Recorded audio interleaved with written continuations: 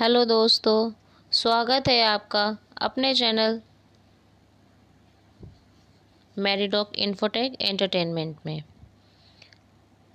आज मैं आप सभी के लिए लेकर आई हूँ एक अनोखी प्रेम कहानी। यूँ तो कृष्ण भगवान की कई गोपियाँ हुआ करती थीं, लेकिन कृष्ण के प्रति मीरा के प्रेम कुछ अलग ही था। मीराबाई भक्ति और प्रेम की एक ऐसी मिसाल मानी जाती हैं जिन्होंने अपना पूरा जीवन कृष्ण दर्शन के लिए समर्पित कर दिया। आइए जानते हैं कैसी थी मीरा और कृष्ण की ये अनोखी प्रेम कथा। मीराबाई का जन्म राजस्थान के एक राजपूत घराने में हुआ था। इनके पिता का नाम रतन सिंह और माता का नाम वीर कुमारी था।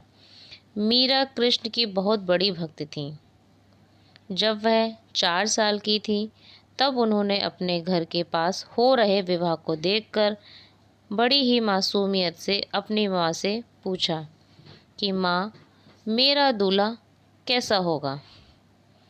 मीरा के इस सवाल पर उनकी माँ ने मुस्कुराते हुए श्री कृष्ण की मूर्ति की ओर इशारा करते हुए कहा कि मेरी प्यारी मीरा, श्री कृष्ण ही तुम्हारे दूल्हा होंगे। जिसके बाद से मीरा श्री कृष्ण को अपना स्वामी मानकर उनके प्रेम में विलीन रहने लगी। कुछ समय बाद मीरा की माँ का निधन हो गया। जब मीरा बड़ी हुई तो उनके मन में विश्वास था कि श्री कृष्ण उनके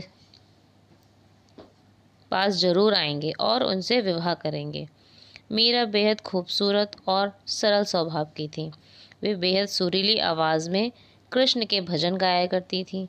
लेकिन मीरा की शादी मेवाड़ के महाराणा सांगा के पुत्र भोजराज से हुई। मीरा ये शादी नहीं करना चाहती थी, परंतु परिवार के जोर देने पर उन्हें ये शादी करनी पड़ी।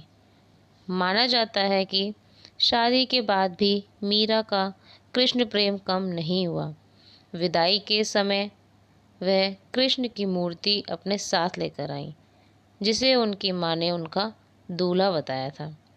शादी के बाद भी मीरा ससुराल के कामकाज पूरे करने के बाद रोजाना कृष्ण मंदिर जाती और वहां जाकर श्री कृष्ण मूर्ति की पूजा करती और उनके लिए मधुर आवाज़ में भजन गाती और नाचती थीं। मीरा का यह प्रेम उनके ससुराल वालों को बिल्कुल पसंद नहीं था। उनकी सास उन्हें दुर्गा माँ की आराधना करने पर जोर देती थी, क्योंकि उनके ससुराल वाले दुर्गा माता पर बेहद विश्वास रखते थे। लेकिन ससुराल वालों के श्री कृष्ण की आराधना को रोकने पर मीरा ने साफ कह दिया कि मैं पहले ही अपना जीवन कृष्ण के नाम कर चुकी हूँ।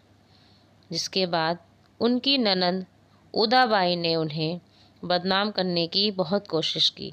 उदाबाई ने अपने भाई से कहा कि मीरा का संबंध किसी और व्यक्ति से है और उसने मीरा को उसके साथ देखा है। यह सुनकर राणा बहुत क्रोधित हुए। आधी रात को बहन उदाबाई के साथ मंदिर पहुँचे। मंदिर पहुंचकर उन्होंने मीरा को कृष्ण के साथ अकेले बात करते हुए देखा। ये देखने के बाद वह गुस्से से चिल्लाए कि मीरा, अपने जिस प्रेमी से तुम बातें कर रही हो उसे मेरे सामने लेकर आओ। इसके जवाब में मीरा ने श्री कृष्ण की मूर्ति की ओर इशारा कर दिया। यही मेरे स्वामी हैं, मेरा विवाह इनसे ही हुआ है।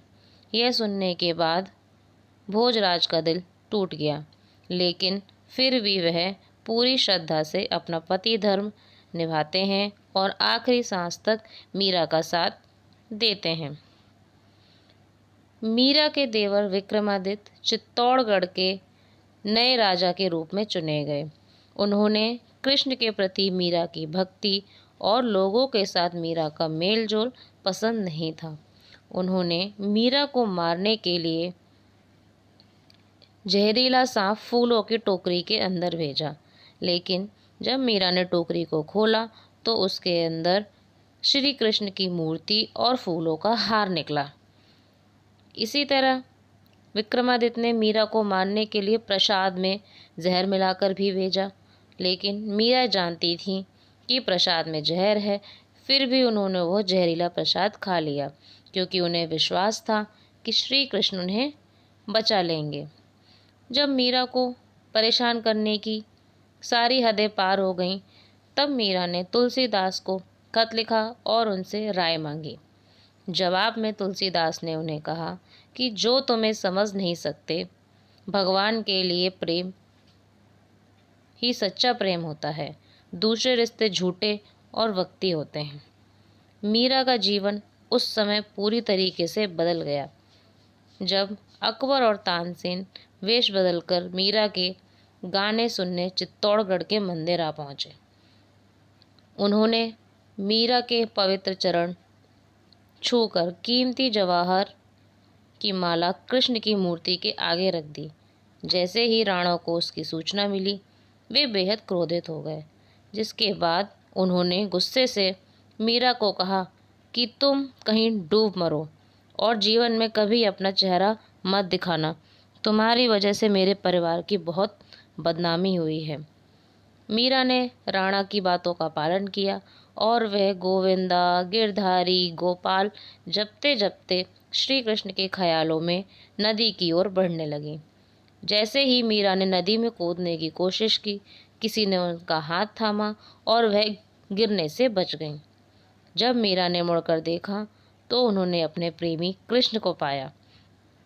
कृष्ण को अपने पास देखकर मीरा को विश्वास नहीं था कि कृष्ण उन्हें बचाने आए हैं और वे श्री कृष्ण की गोद में बेहोश होकर गिर गईं। ये देखकर कृष्ण मुस्कुराए और मीरा के कान में धीरे से बोले, मेरी प्यारी मीरा, तुम्हारा जीवन नश्वर रिश्तेदारों के साथ समाप्त हो चुका है। अब तुम आज़ाद हो, खुश रहो, तुम मेरी हो और हमेशा मेरी रहोगी। जिसके बाद मीरा वृंदावन चली गई। मीरा के वृंदावन जाने के बाद राणा वृंदावन आकर मीरा से माफ़ी मांगते हैं और उन्हें अपने साथ चलने को कहते हैं, लेकिन मीरा साथ चलने से इनकार कर देती हैं और कहती हैं कि मेरा जीवन कृष्ण से जुड़ा हुआ है। यह सुनने के बाद पहली बार राणा कृष्ण के प्रति मीरा की प्रेम भावना को समझते हैं और वृंदावन से वापस आ जाते हैं। लेकिन कुछ समय बाद मीरा भी मेवाड़ लौट आती हैं और अपने पति राणा से विनती करती हैं कि वह उन्हें कृष्ण के मंदिर में रहने की अनुमति दे दें।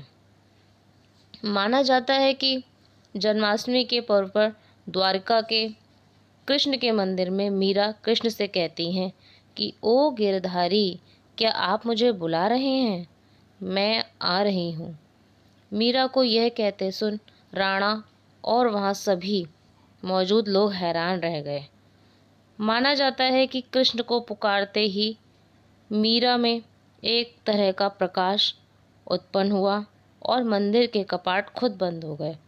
जब कपाट खुलते हैं तो मीरा की साड़ी कृष्ण भगवान की मूर्ति से लिपटी हुई होती है, लेकिन मंदिर में मीरा नहीं होती हैं। सिर्फ मीरा और उनकी बांसुरी की आवाज़ सुनाई देती है। माना जाता है कि मीरा कृष्ण की मूर्ति में समा गई थीं। ऐसा था कृष्ण और मीरा की प्रेम कथा। आशा करती हूँ आप सभी को ये कथा पसंद आई होगी। हमें कमेंट करके ज़रूर बताएं और इस कहानी को ज़्यादा से ज़्यादा शेयर करें। Thank you.